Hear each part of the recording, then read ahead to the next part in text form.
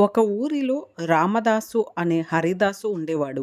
ఆయన యువకుడిగా ఉన్నప్పుడు హరికథలు చెప్తూ సంపాదించేవాడు. వయసు మీద పడటంతో హరికథలు చెప్పలేక దగ్గర గ్రామాలకు వెళ్ళి భిక్షాటన చేసుకుంటూ బతుకుతూ ఉన్నాడు. ఓ రోజు పొరుగురికి భిక్షాటనకు పోయి సాయంత్రం వేళకు ఇంటికి తిరిగి వస్తుంటే అతనికి కాలికి గాయమై కావు కావు అని అరుస్తున్న కాకి కనిపించింది. రామదాసు దాన్ని చూసి అయ్యో అనుకొని ఇంటికి తీసుకువచ్చాడు.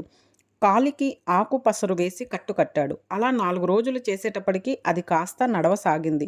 కానీ ఇల్లు వదిలిపెట్టి పోకుండా వాళ్ళు వేసే మెతుకులు తిని అక్కడే ఉండసాగింది. ఎండలు బాగా ముదరడంతో భిక్షాటనకు పొద్దున్నే పోయి ఎండ తగలక ముందే ఇంటికి తిరిగి వద్దామనుకున్నాడు రామదాసు. అందుకని తెల్లవారక ముందే నిద్రలేచి ముఖం కడుక్కుందామని తొట్టెవైపు వెళ్ళాడు. అప్పటికే కావు కావు అంటూ తన కాళ్ళకు అడ్డం వస్తూ తలపైన తన్నుతూ వెంటాడింది కాకి. ఛీ! పొద్దున్నే ఏంటిది? ఇందుకా దీన్ని సాకింది అనుకుంటూ ముందుకు అడుగు వేయబోయాడు. మళ్ళీ కాకి కావు కావు అని అరుస్తూ అడ్డు వచ్చింది. ఏమైంది దీనికి అనుకొని రామదాసు కళ్ళు బాగా నులుముకొని చూశాడు. దారికి అడ్డంగా పాము పడుకొని ఉంది. రామదాసు వెంటనే కాలు వెనక్కి వేసి కర్ర అందుకొని పామును కొట్టబోయాడు.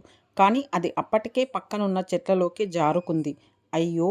ఈ కాకి అరవకపోయి ఉంటే పాము పైన కాలు వేసుండేవాణ్ణి. అది నన్ను ఖచ్చితంగా కాటు వేసి ఉండేది. ఇందుకేనేమో ఈ కాకి అరిచింది అని దానివైపు చూశాడు.